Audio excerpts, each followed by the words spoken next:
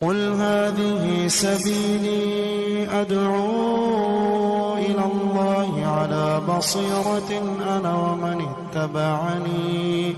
وسبحان الله وما أنا من المشركين. اعوذ باللہ من الشیطان الرجیم بسم اللہ الرحمن الرحیم۔ گزشتہ درس میں عرض کیا تھا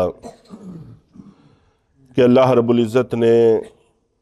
اپنے پیغمبر صلی اللہ علیہ وسلم کو فرمایا فقاتل فی سبیل اللہ، کہ اگر اور لوگ آپ کے ساتھ نہ ملیں تو تنہا ہی اللہ کے راستے میں قتال کے لیے نکلیں۔ آپ اپنی ذات کے ذمہ دار ہیں اور ایمان والوں کو ترغیب البتہ دیتے رہیں۔ بلا شبہ جنگ بدر سے لے کر نبی پاک صلی اللہ علیہ وسلم کی حیات طیبہ کی ساری جنگیں اور بعد میں صحابہ کرام کے جہاد اور آج تک امت مسلمہ نے جتنی بھی فتوحات حاصل کی ہیں ان سب میں تعداد اہم نہیں رہی، بلکہ اللہ کے ساتھ تعلق ہی ہمیشہ اہم رہا ہے، اور اسی کی بنیاد پر اللہ کی مدد اترتی رہی ہے اور اللہ تعالیٰ بڑی بڑی کامیابیوں سے مسلمانوں کو مالا مال فرماتے رہے ہیں۔ چنانچہ جنگ یرموک بہت بڑی جنگ ہوئی ہے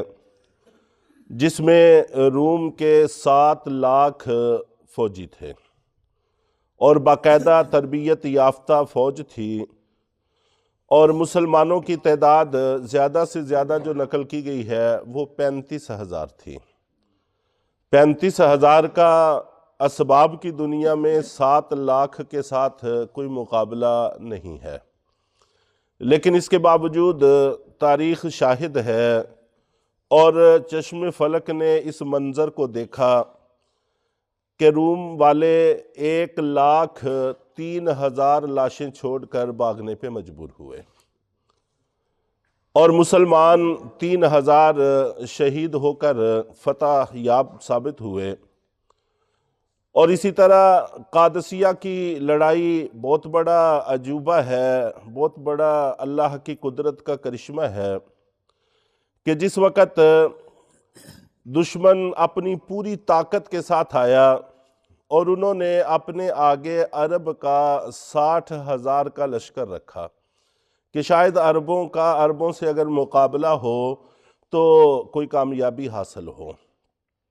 چنانچہ حضرت خالد بن ولید رضی اللہ تعالیٰ عنہ نے 60 آدمیوں کے ساتھ ان 60,000 کا مقابلہ کیا تھا، اور صبح سے لے کر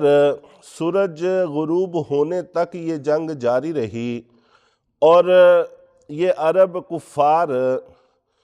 تقریباً 5,000 لاشیں چھوڑ کر بھاگنے پہ مجبور ہوئے،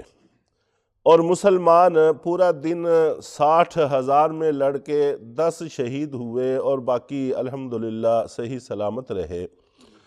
تو اس طرح کی جس جہاد کو بھی چھیڑیں گے اس کے اندر تاریخ اسی طرح کی ہے، اسی سے ملتی جلتی ہے۔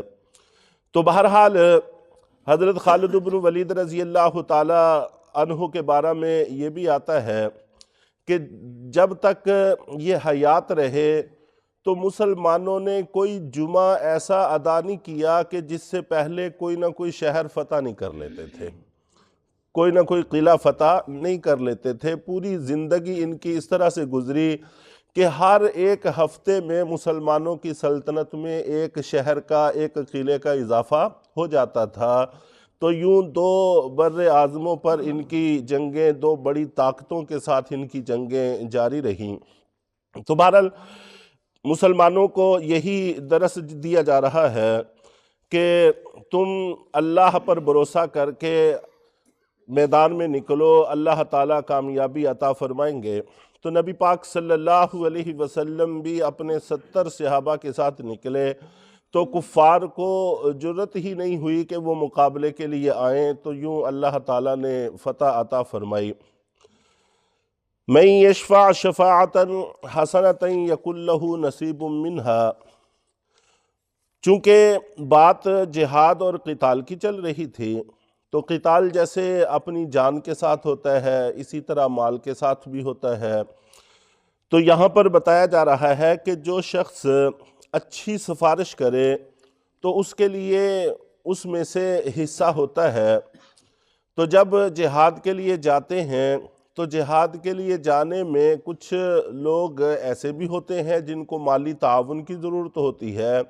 تو ان کا مالی تعاون کر دینا یہ بھی جہاد کا حصہ ہے، اور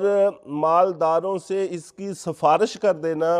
کہ اس کا مالی تعاون کیا جائے تو یہ بھی جہاد ہی کا حصہ ہے۔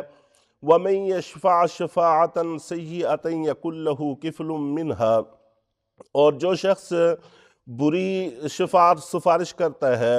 تو اس کے لیے بھی اس میں سے پورا حصہ ہوتا ہے۔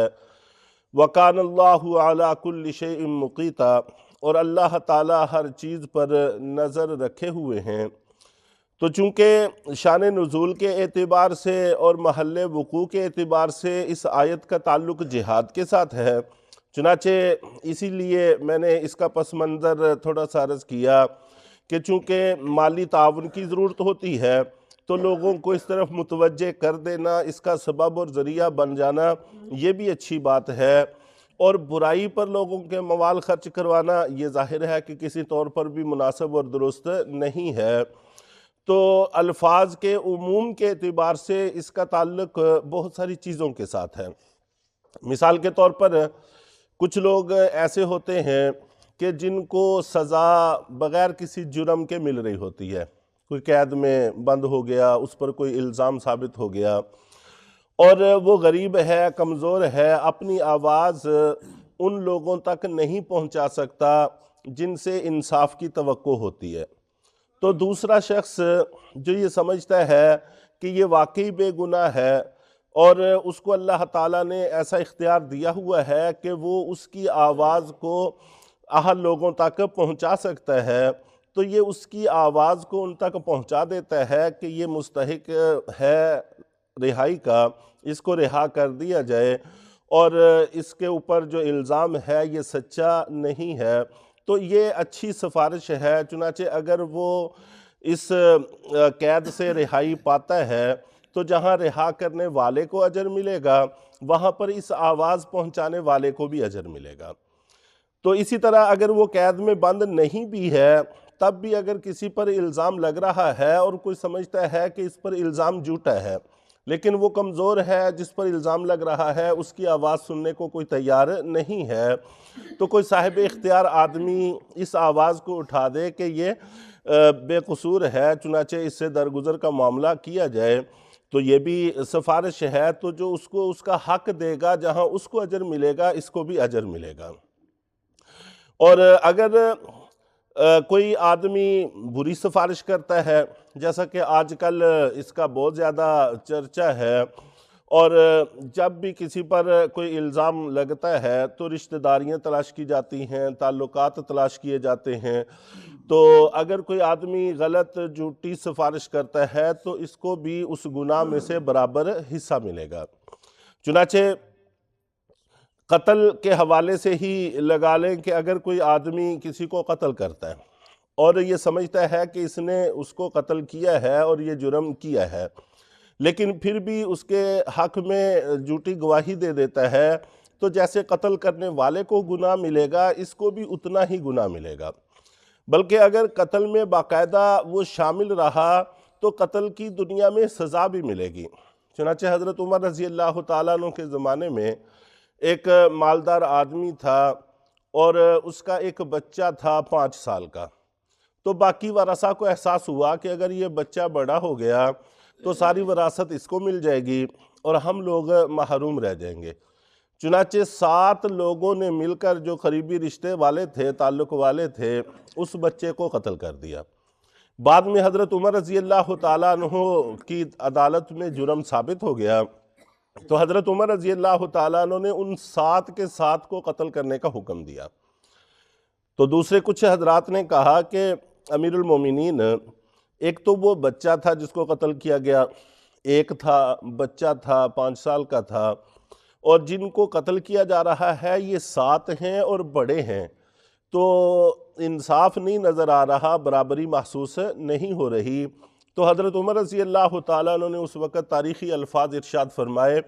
کہ اگر صنعاء کے سارے لوگ بھی اس قتل میں شامل ہوتے تو میں سب کو قتل کروا دیتا۔ اور صنعاء یہ یمن کا شہر ہے، یعنی ایک آدمی کے قتل میں جتنے بھی لوگ انوالو ہوں گے ان سب کو اس کی سزا ملے گی دنیا میں بھی، اور بہت ساری صورتیں ایسی ہیں کہ اس میں آخرت میں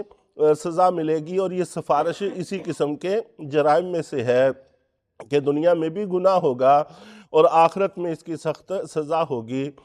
اس لیے ہم لوگوں کو سفارش کے اندر اس بات کا پورا لحاظ رکھنا چاہیے کہ ہم لوگ سفارش حق کی بنیاد پر کریں اور باطل اور غلط کی بنیاد پر نہ کریں۔ تو اس حوالے سے سفارش کی صحیح حیثیت کیا ہے انشاءاللہ کل کے درس میں عرض کی جائے گی۔ اللہ تعالی ہم سب کو عمل کی توفیق عطا فرمائے۔